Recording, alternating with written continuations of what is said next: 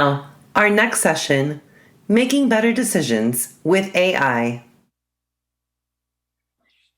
Hola familia, I hope you are all doing very well. I am so excited to be here and be part of the session and introduce you to Steve Jones, Chief Data Architect at Capgemini.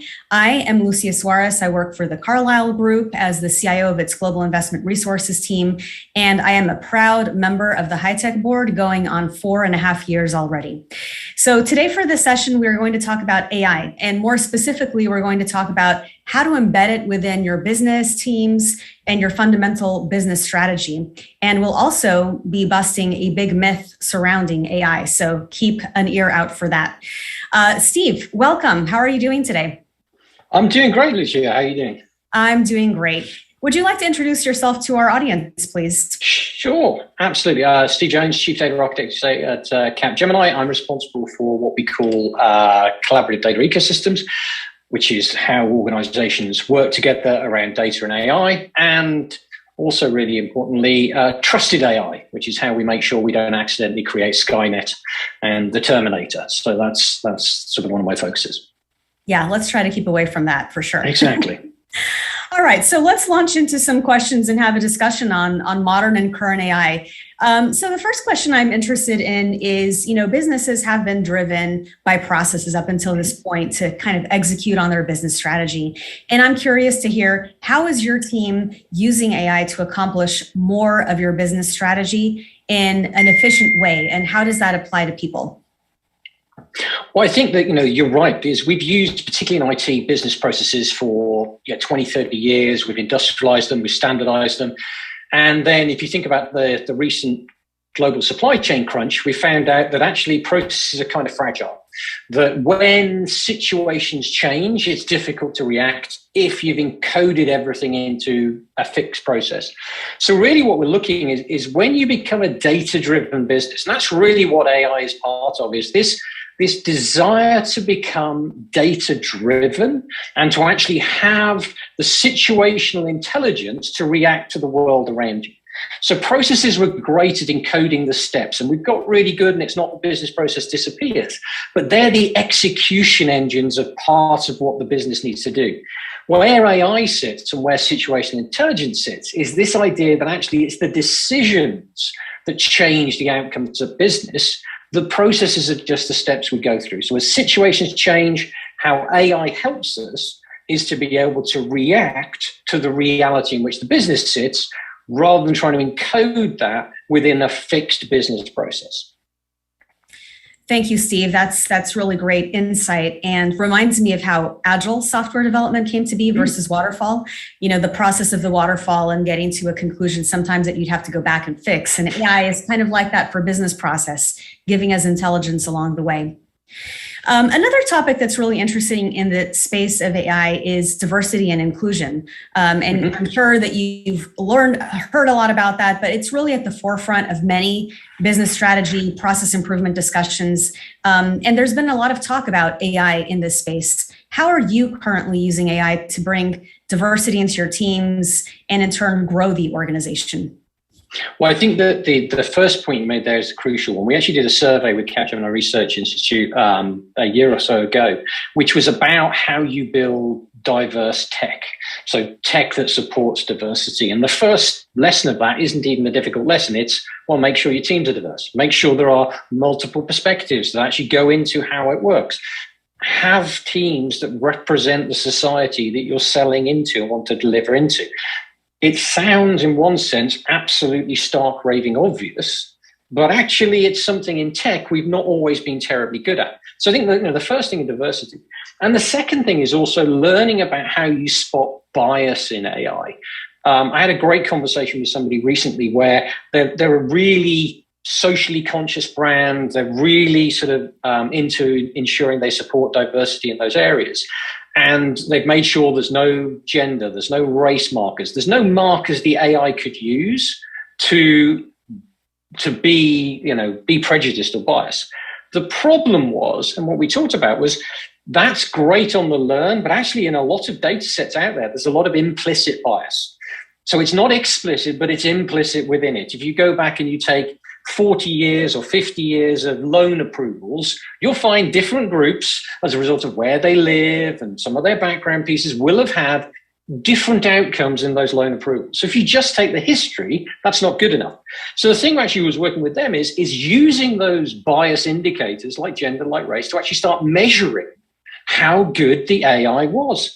So yes, have the team that's diverse, but also have a way of testing and measuring, governing the outcome before you deploy the AI to say, yes, we didn't use those indicators when we did the learn, but we're also making sure that we haven't got implicit bias that we're then turning into systemic bias. So really for diversity, I think AI is only as good as the data it comes into, plus the governance you put around it. Sometimes people sort of just do the first stage of that, which is, well, it was the data's fault. No, it's whoever owns the AI's fault. So we really believe it's that combination of having that diverse team, yes, looking and understanding the data, but also putting around the governance. So before you release this stuff, you make sure that it isn't biased. It's not rocket science, but it's amazing how often people don't do it. Great points as well. I think that we're reminded that, technology machines do have a brain. It's really the brain we program into them, correct? Absolutely. I mean, AI is just a dumb tool. There's a lot of stuff that's written out there about AIs waking up, but let me assure everybody this stuff is still basically hammer level technology.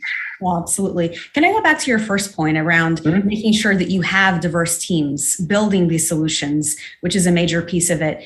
Can you talk a little bit about how do you ensure that diversity? And are you seeing, for example, new graduation classes coming in with more diversity to be able to fill the workforce with those engineering minds that you want?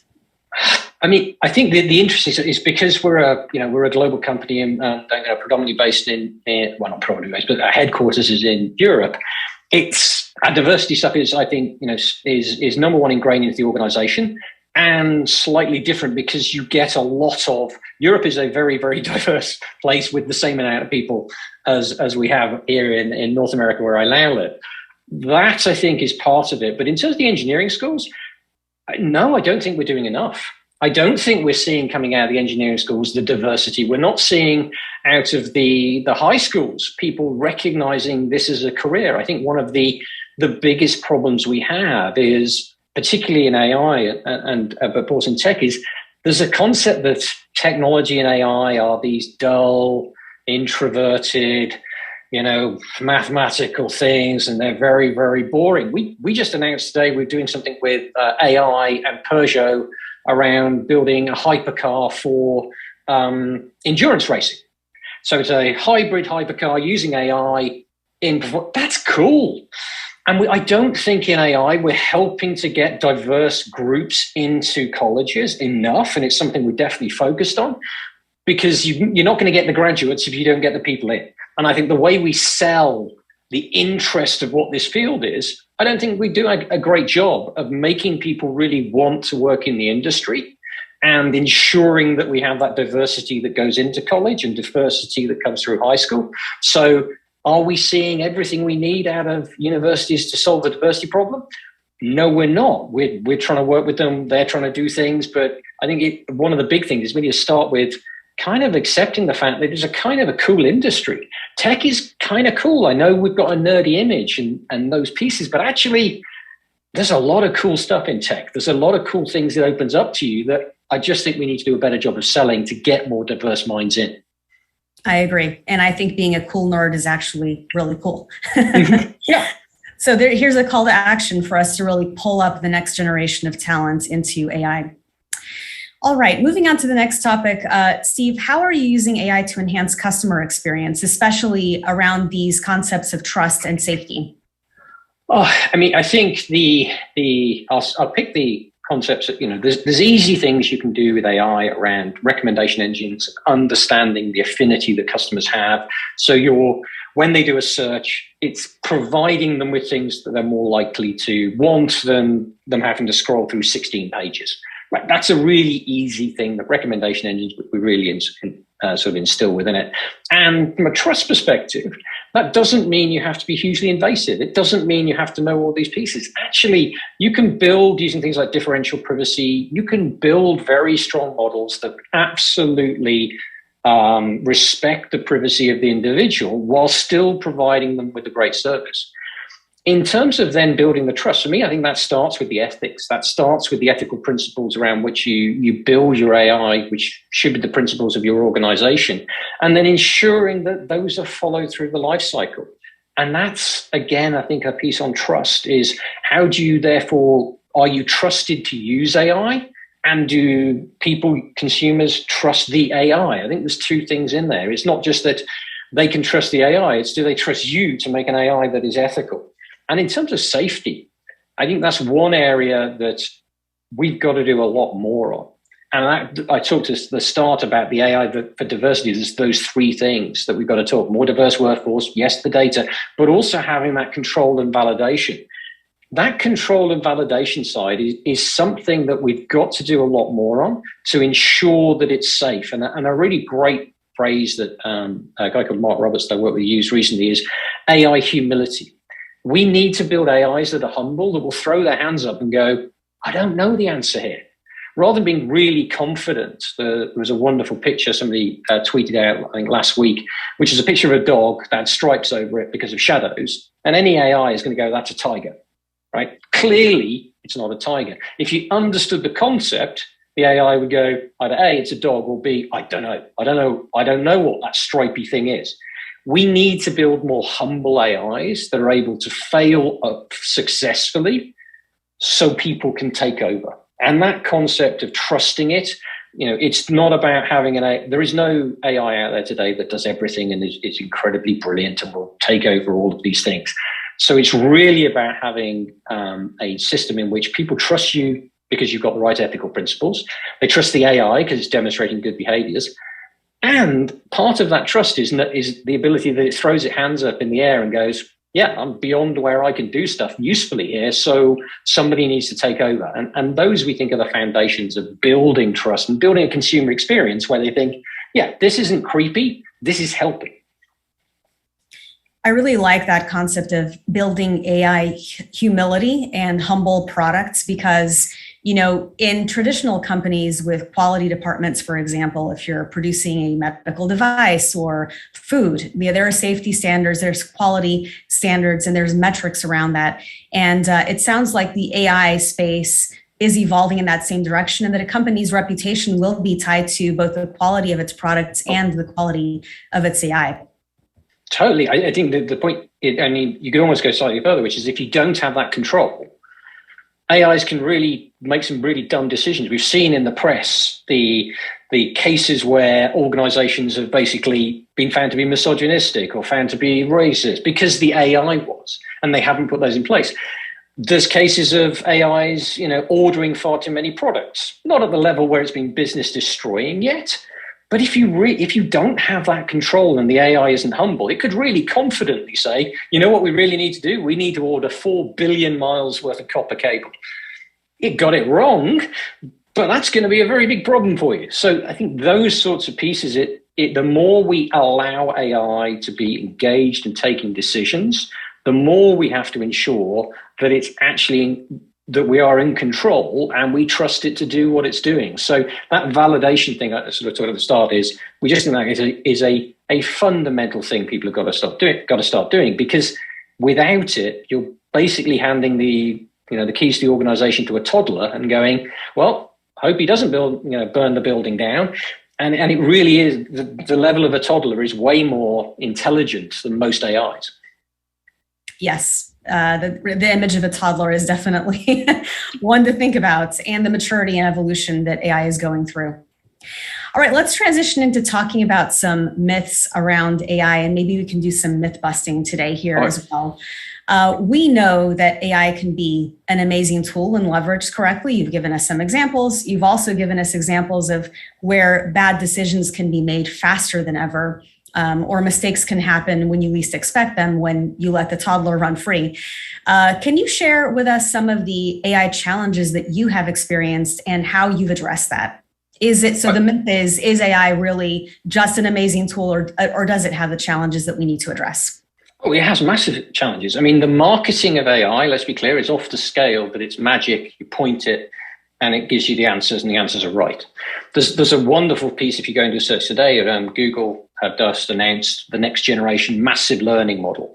An example in there is they've learned, their AI has learned with 50% accuracy to add some numbers together.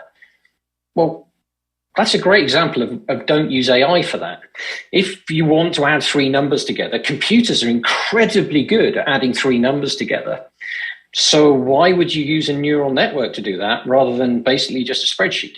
Because spreadsheets are designed to add up numbers. If you've got the context, then you can do that. And I think that's one of the things that we've really learned over the past few years of doing a lot of AI projects, is stepping back and going, is there a manual way of doing this? And by manual, I don't mean as a person, like manual in the sense of a person hitting something with a hammer, but a manual way of putting the boundaries around the AI that makes it simpler.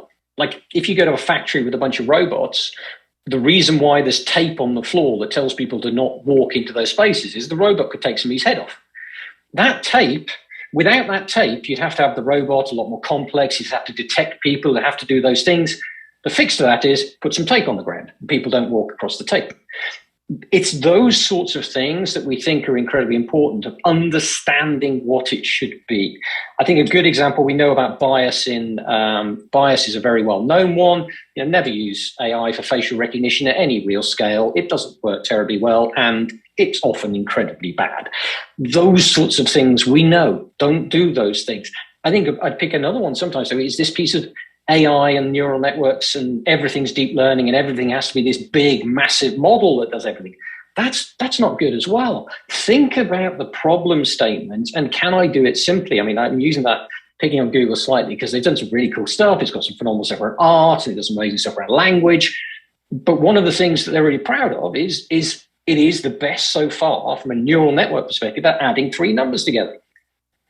But if you're a business, you'd be absolutely insane to go, right, we're going to use this neural network with 58% accuracy to add up our accounts.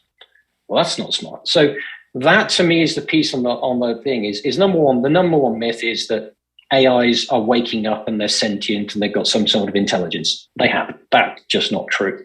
And the second one is that you don't need to know how they work to use them. That's a really dangerous one as well. There's a technique out there called AutoML. It's not that it's not useful and it's not that you can't do it. But when you're using something like AutoML, it's very important you realize what is sensible and what is the outcome. I was speaking to a client a year or so ago, and they were just literally tears streaming down their face laughing because one of their team had used an AutoML and done a new supply chain forecast and reckoned they could save about 60% of the cost in the supply chain because of this model.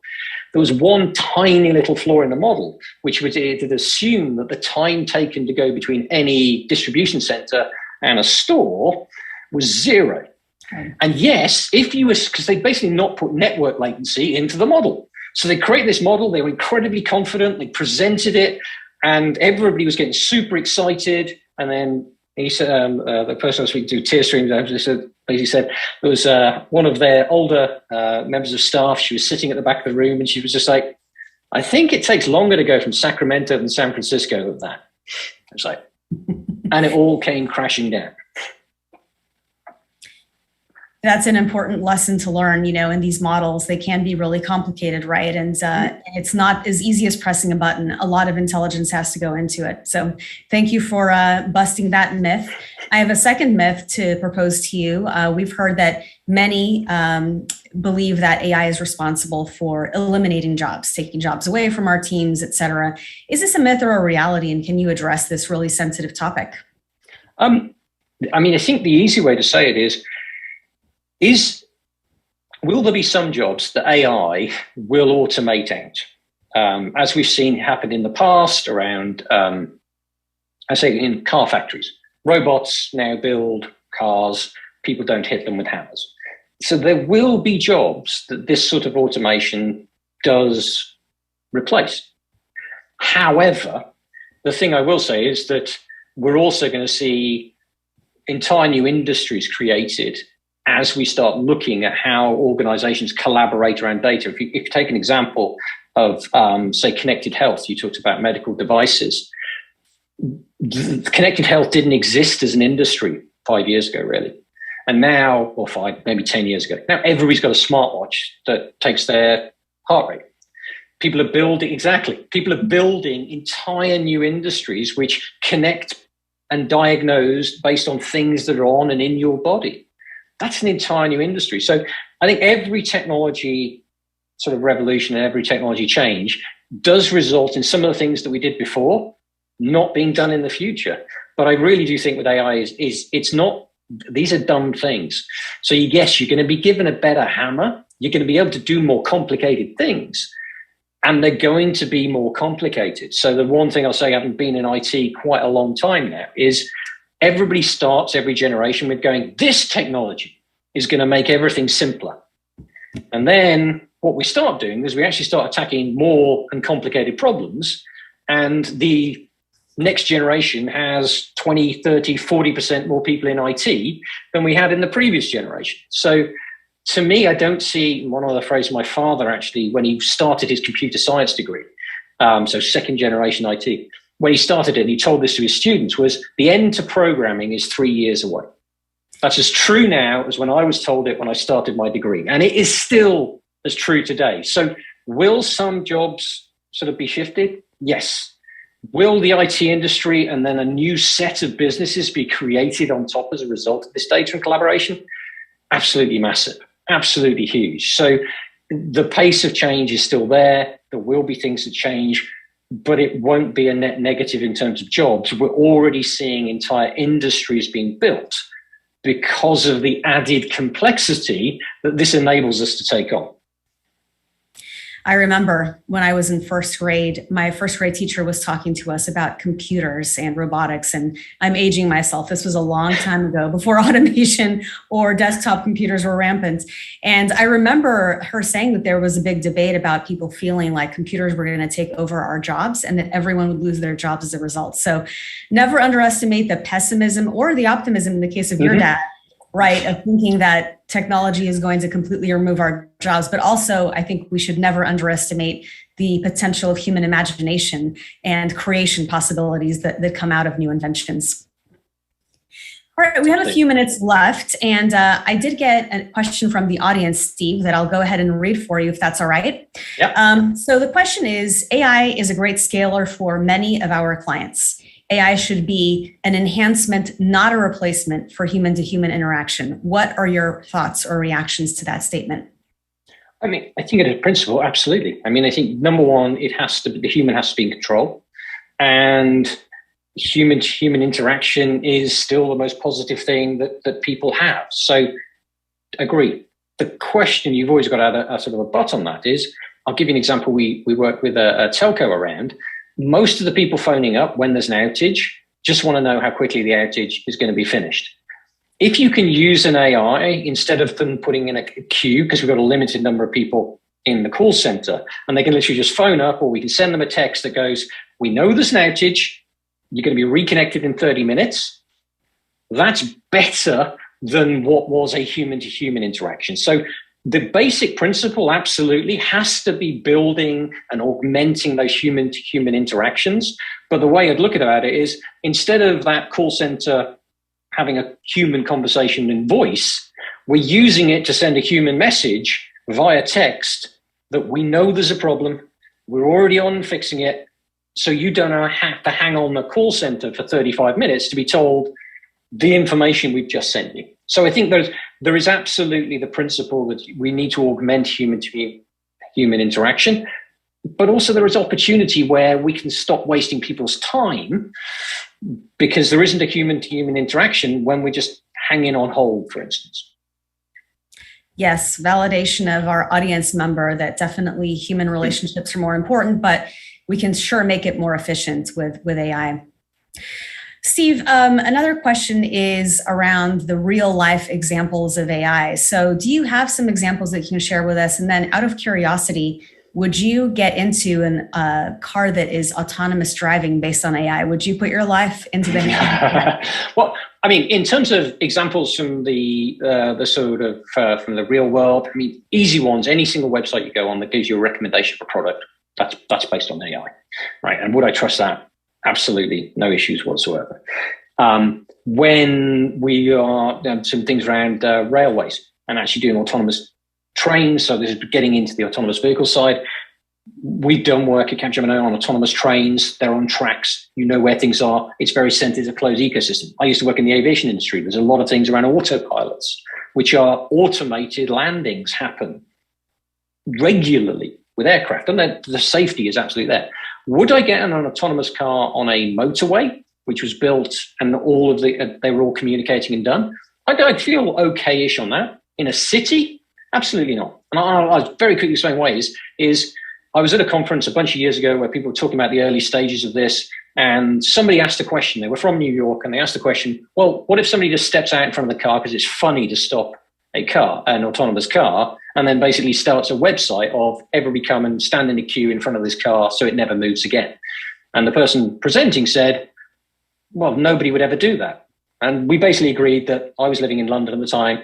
It's like people in London would definitely do that. People in New York would definitely do that. And the person who lived in Rome said, oh, no, that would basically be just being in Rome is the basic base of that. So autonomous cars in cities where the edge cases are infinite, no, I think we're still a long way away from fully autonomous driving there. And I almost think we should concentrate more on autonomous driving for long distances, which is where people fall asleep and trucking and all of those things. There's a huge opportunity, but it's sort of being sucked away because people are concentrating on robo-taxis in cities, which, yeah, is a great business case.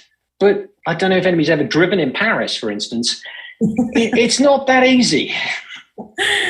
Yeah, being attracted to the bright, shiny objects versus the more boring potential business cases, right? Mm-hmm.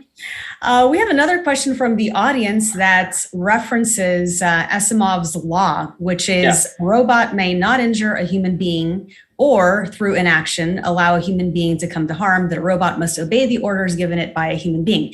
So the question here says that customers have mentioned that in order for AI to work, it needs to follow this law.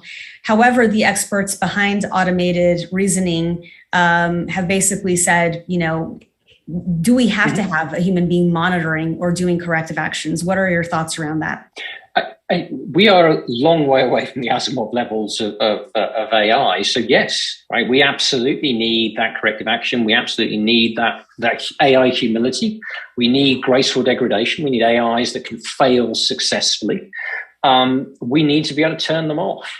And I think, we know philosophically Asimov rules are in one way great, but as soon as you look at, say, something like the trolley problem, okay, it can't kill anybody, but it's now got a choice between does it kill one or does it kill three? What does it do and what are its choices?